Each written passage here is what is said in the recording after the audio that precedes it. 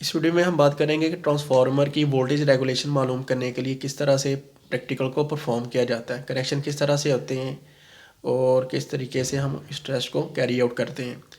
तो उसके लिए पहले ये डायग्राम समझें कि हमने किस तरह से कनेक्शन बनाने हैं। इसमें ये एक सिंगल फेज ट्रांसफार्मर है जिसकी वोल्टेज रेगुलेशन को हमने मालूम करना है और इसकी जो वोल्टेज रेटिंग्स हैं वो 220 वोल्ट प्राइमरी और 220 वोल्ट सेकंड, यानी ये 1 to 1 ट्रांसफार्मर है जिसके हमने वोल्टेज रेगुलेशन को मालूम करना है। तो एसी सप्लाई सोर्स जो इसमें हम यूज़ कर रहे हैं वो भी 220 वोल्टेज का है।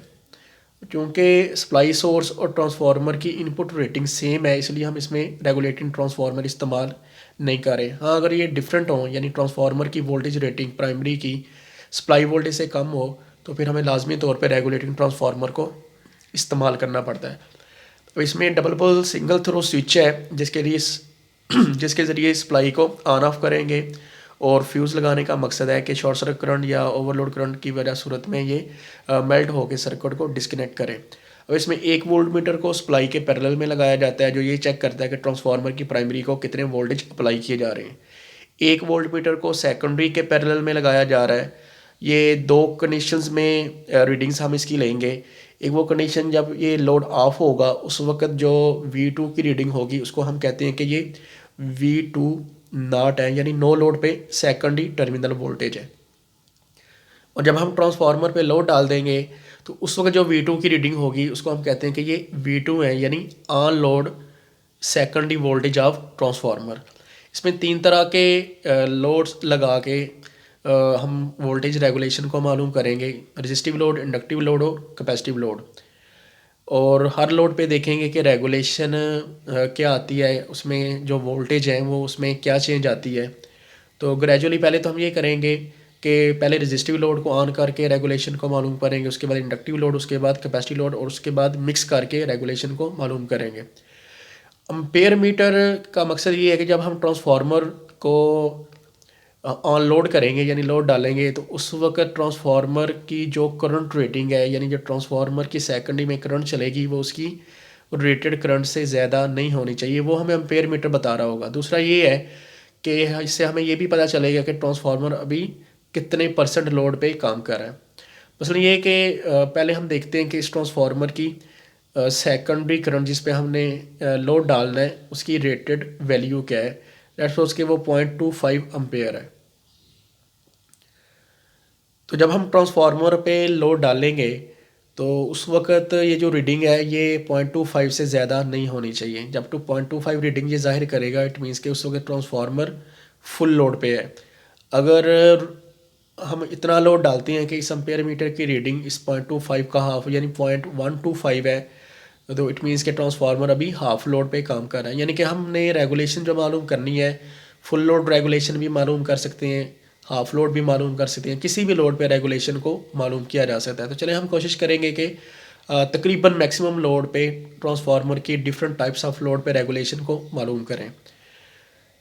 तो कनेक्शन जब हम मुकम्मल कर लेते हैं तो उसके बाद जब सप्लाई ऑन करके रेटेड वोल्टेज प्राइमरी को दे देते हैं तो अभी लोड ये सारा ऑफ है। उस सूरत में V2 नो लोड वोल्टेज बता रहा होगा जो 220 वोल्टेज के बराबर होंगे, उसके रेटेड वोल्टेज के ही बराबर आ रहे होंगे।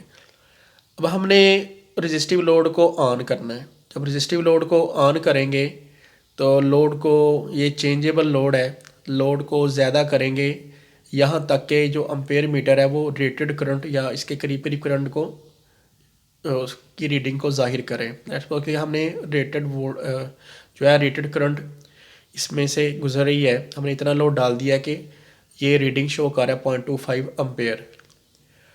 अब आप देखेंगे कि जो V2 की रीडिंग होगी वो यकीनी तौर पे 220 वोल्टेज से कम होगी।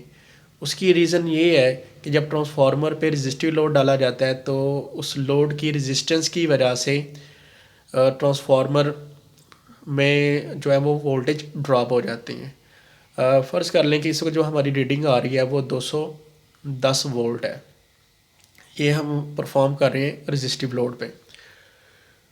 तो अब इस लोड पे हम ये पहले तो हम ये दो रीडिंग्स मेजर करके उसके बाद फार्मूला परसेंटेज रेगुलेशन का लगा लेते हैं कि percentage regulation is equal to V2 not minus V2 over V2 not multiply by 100। तो ये हमारे पास जो वैल्यू आएगी ये लाजमी तौर पे पॉजिटिव में वैल्यू आएगी। तो इसलिए हम कहते हैं कि रेजिस्टिव लोड जब ट्रांसफार्मर पे डाला जाता है तो ट्रांसफार्मर की जो रेगुलेशन होती है वो मस्बत होती है, यानी पॉजिटिव होती है। अब हम फिर दूसरे स्टेप में ये करते हैं कि इस लोड को ऑफ करके यानी डिस्कनेक्ट करके स्विच को ओपन करके इंडक्टिव लोड को ऑन करते हैं। जब लोड को ऑफ करेंगे तो उस सूरत में दोबारा जो V2 की रीडिंग होगी, जिसको हम कहते हैं ये V2 नॉट है, यानी कि नो लोड कंडीशन में जब इसको डिस्कनेक्ट कर दिया, लोड को स्विच को ऑफ कर दिया, तो ये दोबारा रीडिंग 220 वोल्टेज हो जाएगी।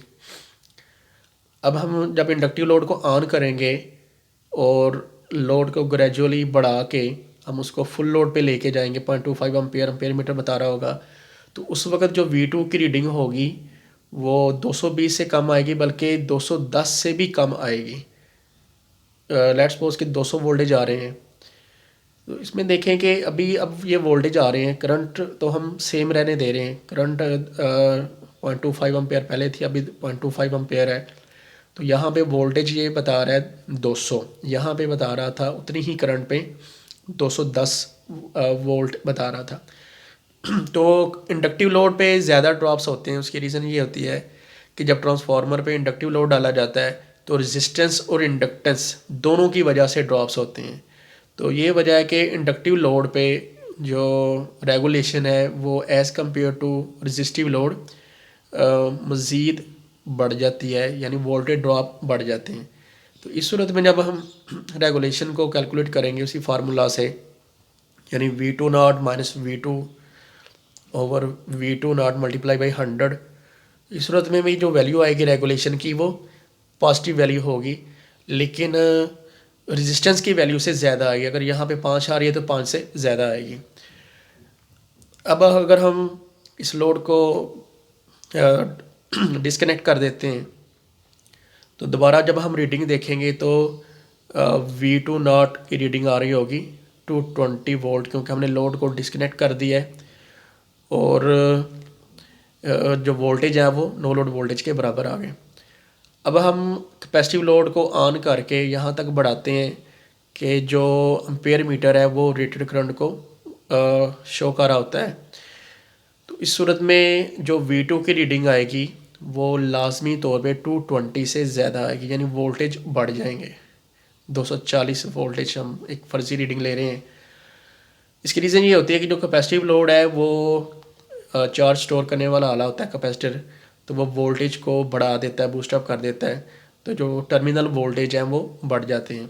अब इस सूरत में अगर हम परसेंटेज रेगुलेशन निकालेंगे उसी फार्मूला से V2 नॉट माइनस V2 और V2 नॉट मल्टीप्लाई बाई 100, तो इस सूरत में जो वैल्यू आएगी रेगुलेशन की वो नेगेटिव आएगी।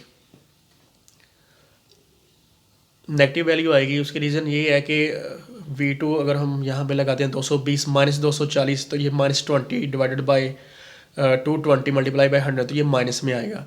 इसलिए हम कहते हैं कि जब ट्रांसफार्मर पे रेजिस्टिव लोड डाला जाता है तो रेगुलेशन पॉजिटिव आती है, जब ट्रांसफार्मर पे इंडक्टिव लोड आता है तब भी रेगुलेशन पॉजिटिव होती है। लेकिन अगर दोनों यकसा करंट पर रेगुलेशन मालूम की गई हैं तो इंडक्टिव लोड पे जो रेगुलेशन है वो निस्बतन ज़्यादा आती है, यानी ज़्यादा वोल्टेज ड्रॉप होते हैं इंडक्टिव लोड पे। और जब कैपेसिटिव लोड डाला जाता है तो रेगुलेशन मनफी आती है, यानी रेजिस्टिव और इंडक्टिव लोड पे ट्रांसफार्मर की रेगुलेशन पॉजिटिव होती है, जबकि कैपेसिटिव लोड पे रेगुलेशन मनफी होती है, नेगेटिव होती है। अब ये भी अक्सर क्वेश्चन किया जाता है कि ट्रांसफार्मर की रेगुलेशन ज़ीरो हो सकती है। तो देखिए, अगर हम सिर्फ रेजिस्टिव लोड डालें फिर भी ज़ीरो नहीं हो सकती, अगर सिर्फ इंडक्टिव लोड डालें फिर भी ज़ीरो नहीं हो सकती, अगर सिर्फ कैपेसिटिव लोड डालें फिर भी ज़ीरो नहीं हो सकती। ये उसी सूरत में मुमकिन है कि जब रेजिस्टिव या इंडक्टिव लोड के साथ कैपेसिटिव लोड को मिक्स किया जाए, या रेजिस्टिव इंडक्टिव कैपेसिटिव तीनों लोड को मिक्स किया जाए। तो अगर हम ये प्रैक्टिकल इस तरह परफॉर्म करें कि तीनों तरह के लोड को इस तरह से मिक्स करें कि जो ट्रांसफार्मर में से करंट गुजर रही है वो रेटेड करंट से ज़्यादा ना हो, तो उस सूरत में जो कंडीशंस हैं वो एक कंडीशन, ये एग्जांपल ले लेते हैं कि अगर V2 नॉट 220 है, यानी कि हमने सारा लोड डिस्कनेक्ट किया हुआ है।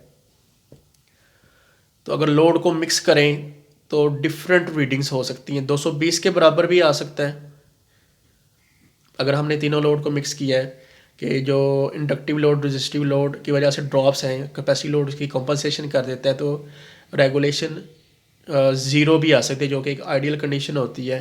तो इस सूरत में जो रेगुलेशन आएगी वो ज़ीरो आएगी। इसके अलावा मिक्स लोड पे वोल्टेज 220 से ज़्यादा भी आ सकते हैं, यानी नो लोड कंडीशन में 220 है तो 220 से ज़्यादा भी आ सकते हैं, 220 से कम भी आ सकते हैं। ये डिपेंड करता है कि लोड को किस तरह से मिक्स किया गया है। अगर रेजिस्टिव और इंडक्टिव लोड को as compare to capacitive load ज़्यादा मिक्स किया गया हो तो उस सूरत में जो रेगुलेशन आएगी वो पॉजिटिव आएगी, और अगर कैपेसिटिव लोड को एज़ कम्पेयर टू रेजिस्टिव और इंडक्टिव लोड ज़्यादा मिक्स किया गया हो तो रेगुलेशन मनफी आएगी, यानी वोल्टेज ड्रॉप भी हो सकते हैं मिक्स लोड पे और वोल्टेज बढ़ भी सकते हैं मिक्स लोड पे।